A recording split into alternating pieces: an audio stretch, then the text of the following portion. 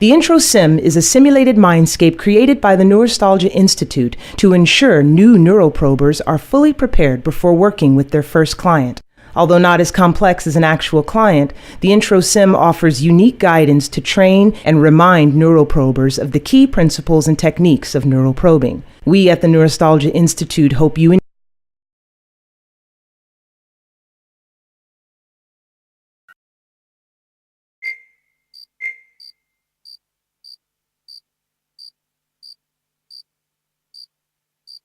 Welcome to Neuroprober Training. I am pleased to be your guide. When I'm speaking, you can always make a right-click motion to skip the instruction.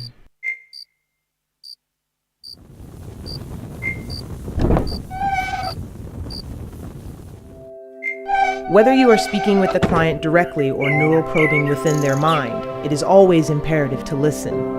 You'll find that every detail of the subconscious is trying to tell its story. In the case of our clients, it's often the forgotten story of the trauma they experienced. Some parts of the client's memory may have become confused or corrupted by the conscious mind's attempts to reconcile or cover up the truth of what happened to them. However, if you look closely and carefully in the right places, you will find that the truth will ultimately shine through. Some parts of the subconscious allow you to interact with them, while neuroprobing, make a left-click motion to engage with it. Holding on to right-click will allow you to move the item around to examine it further. When you are done, you can make a left-click motion again, and it will return to its natural position.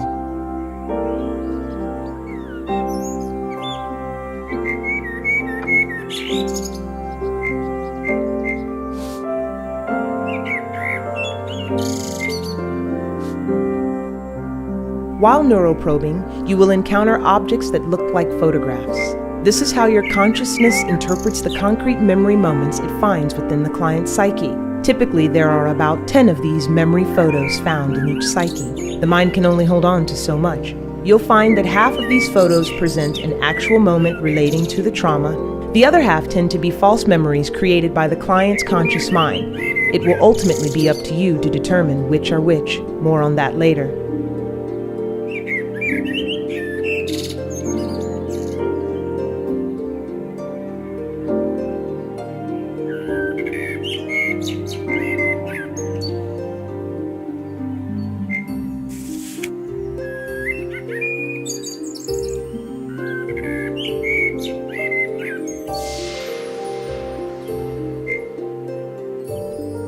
When you acknowledge a memory photo, it will surface more prominently in the client's psyche, and at that point can be found in a safe area of the mind, often where you begin within the client's mind.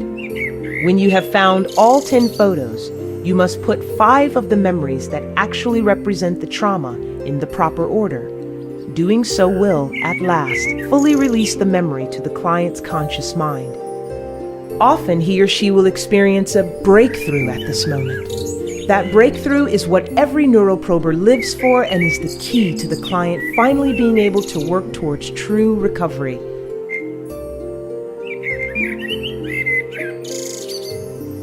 The most important thing you do as a neuroprober is find and acknowledge these photos. However, this is easier said than done. While some photos are freely available in the subconscious, others are buried deeply within and will need to be coaxed out.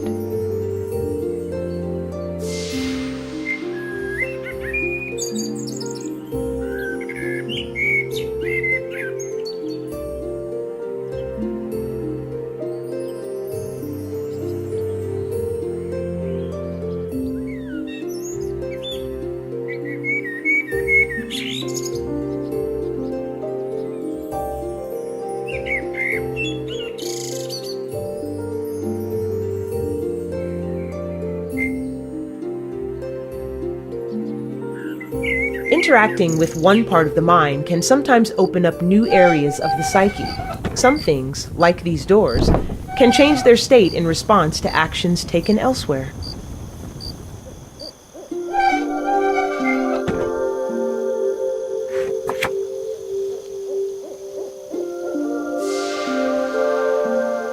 Have you noticed that the world can sometimes become fuzzy and degraded like static on a television?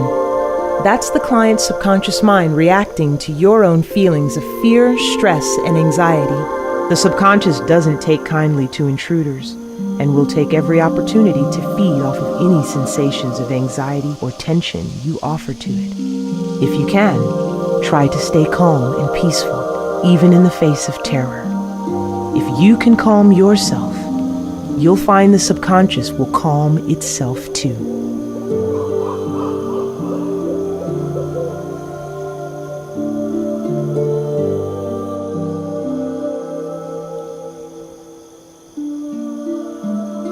Here's an example of a particularly buried memory. Some details of a given trauma can be especially tenacious, but by gently and cleverly listening to the clues the mind gives you, you will find all you need to work through it.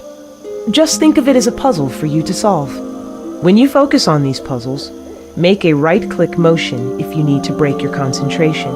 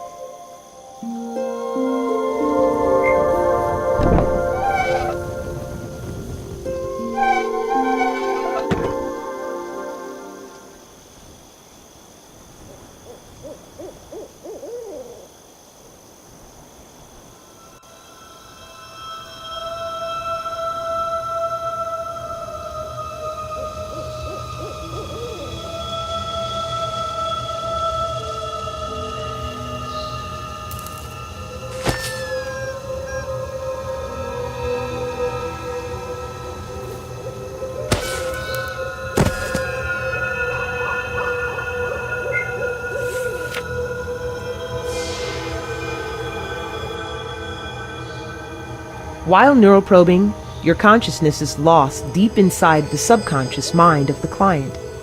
Though this is a journey that you must make alone, we at the Neurostalgia Institute take the safety of our neuroprobers very seriously. If you need to access any of your neuroprober tools or pull your consciousness free, press your finger where an escape key might be. This will bring up your neuroprober tools and you can proceed as needed from there. While neuroprobing, your consciousness is lost deep inside the subconscious mind of the client. Though this is a journey that you must make alone, we at the Neurostalgia Institute take the safety of our neuroprobers very seriously.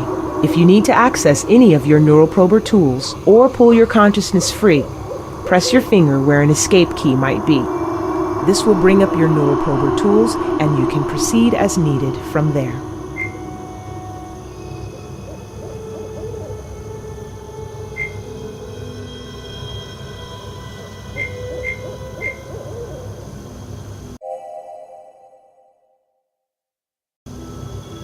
While neuroprobing, your consciousness is lost. Though this is if you need to access any of your neuroprober tools or pull your consciousness free, press your finger where an escape key might be.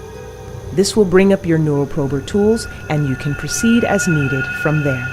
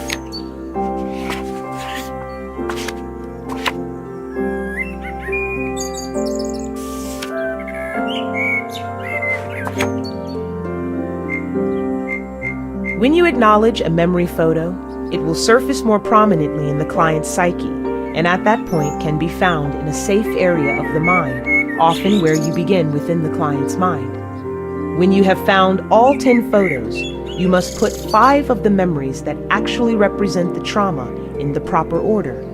Doing so will, at last, fully release the memory to the client's conscious mind. Often he or she will experience a breakthrough at this moment.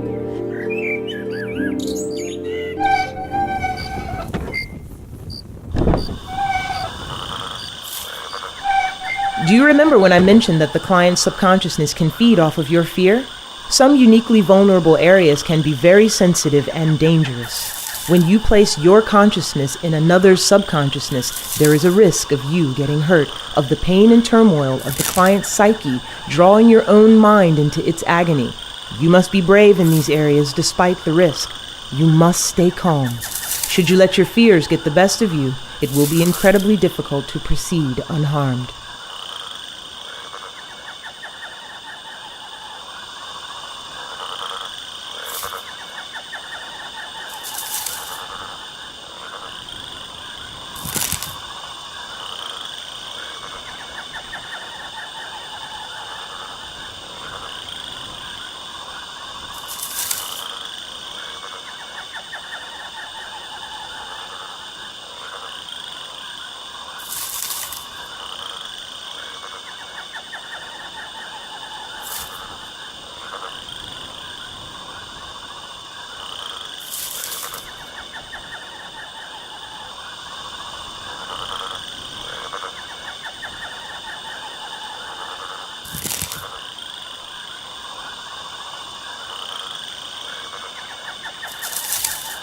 You can even pick up and walk around with some objects.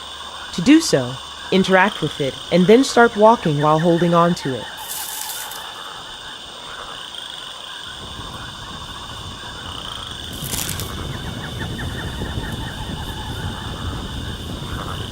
Try closing your eyes and focusing on slow breaths for 5 deep inhales and exhales.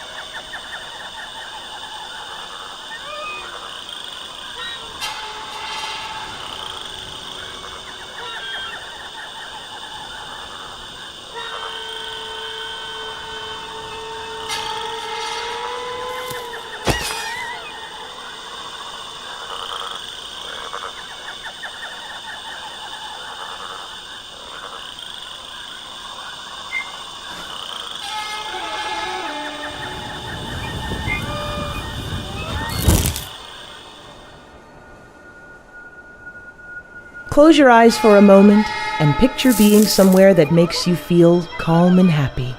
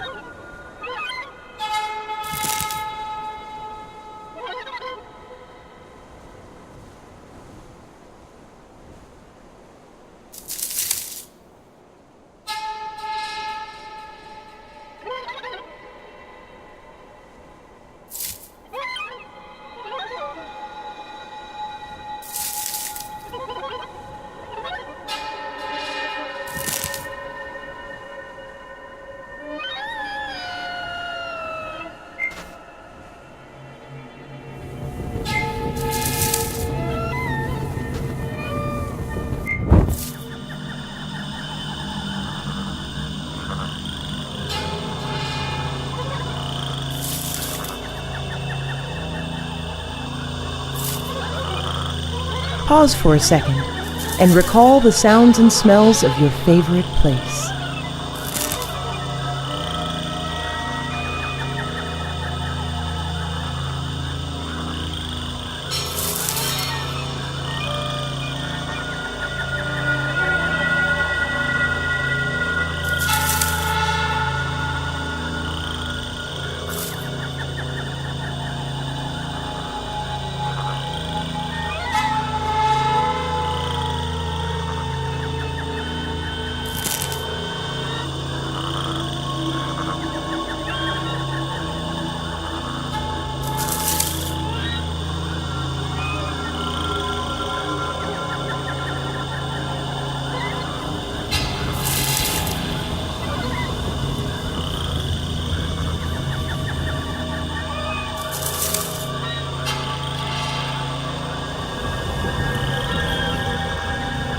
Remember, this is just a simulation created by the Neurostalgia Institute.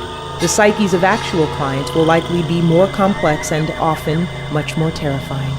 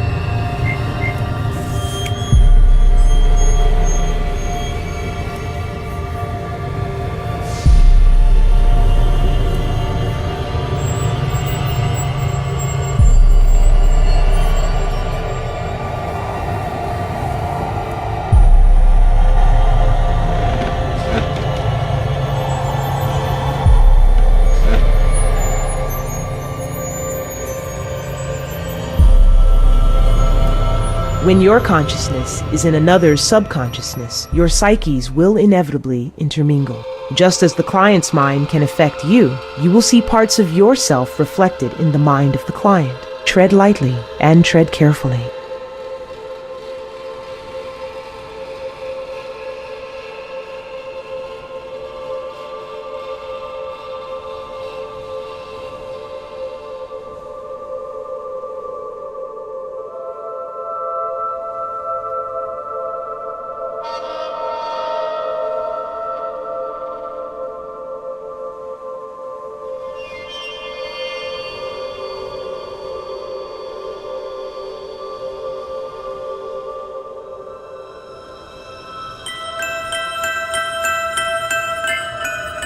At Neurostalgia, we take great measures to ensure our neuroprober's safety as best we can. However, you are about to proceed through a highly dangerous area that you must face alone. If the client's subconscious becomes too volatile, you will be automatically removed from this area of the mind and taken to a safer area of the mind. Use this as an opportunity to collect yourself. When you're ready, you will be able to easily return to where you left off to battle the darkness and chaos that has taken root in the client's subconscious.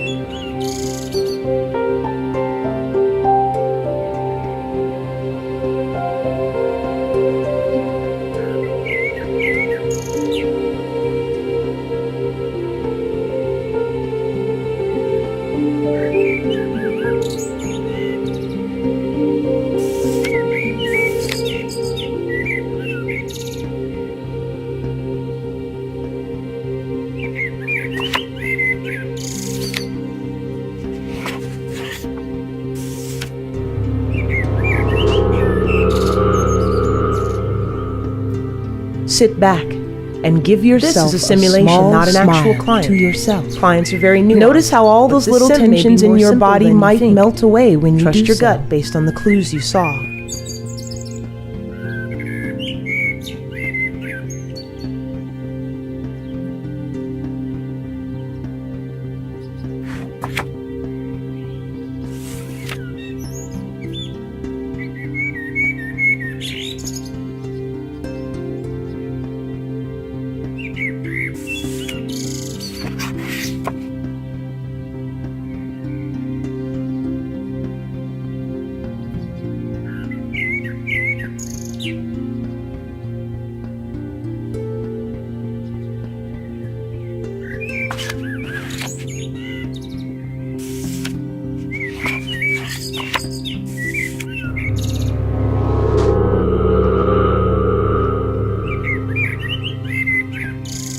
Take a moment and focus.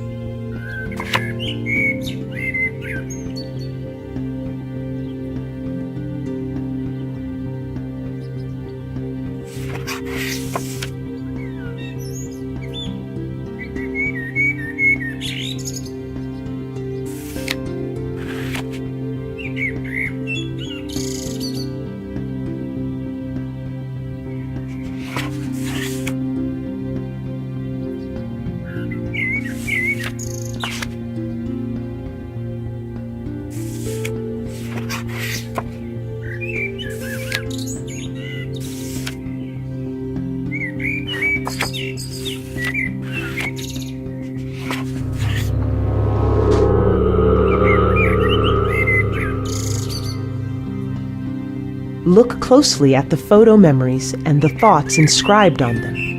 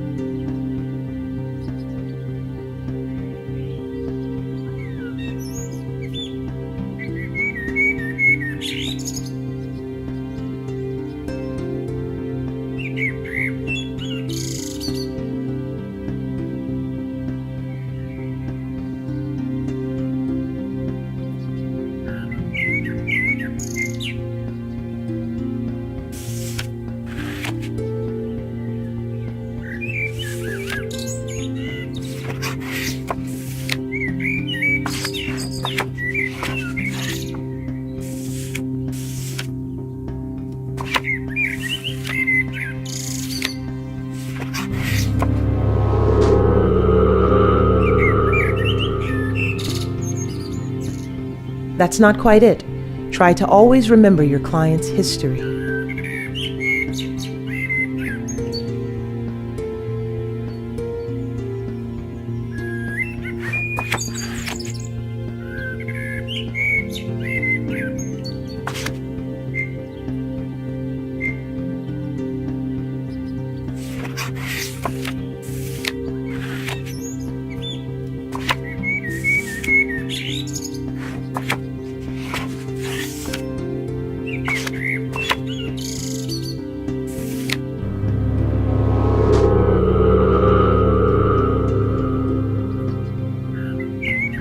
Figure out what doesn't fit, what doesn't make sense.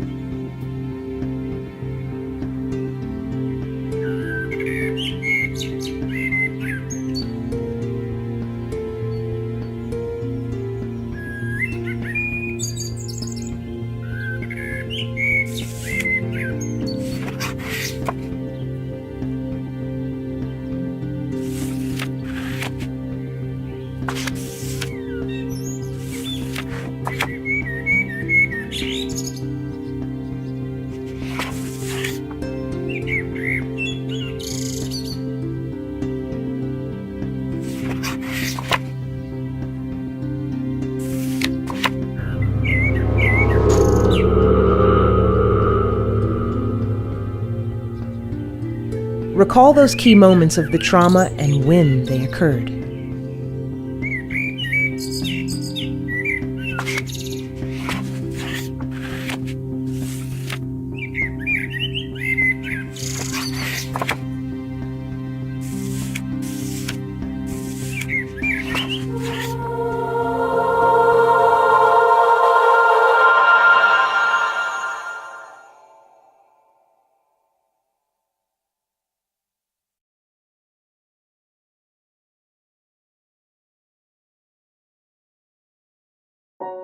Oh my God.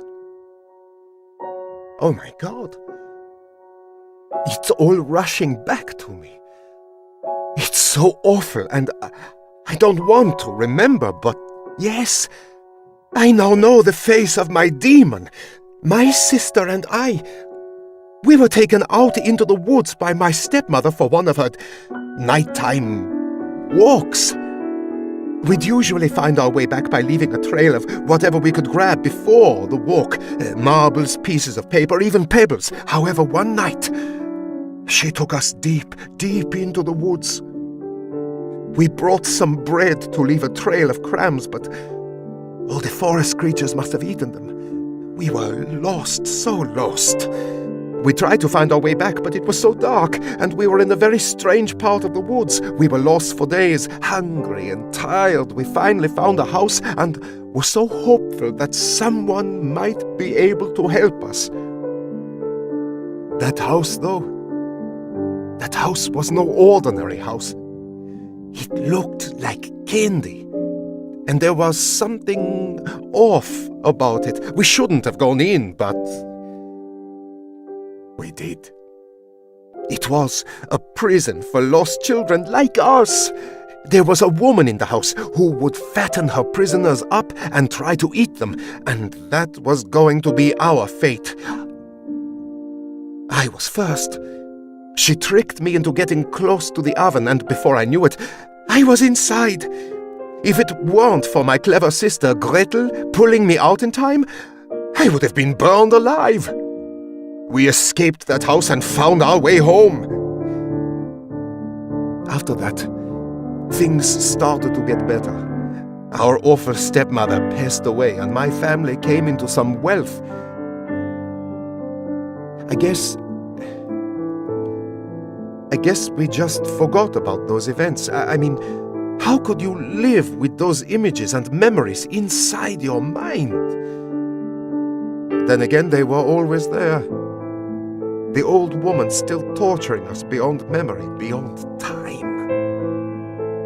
However, I can now confront my past, confront this trauma. Thank you. It is better to know than not to know.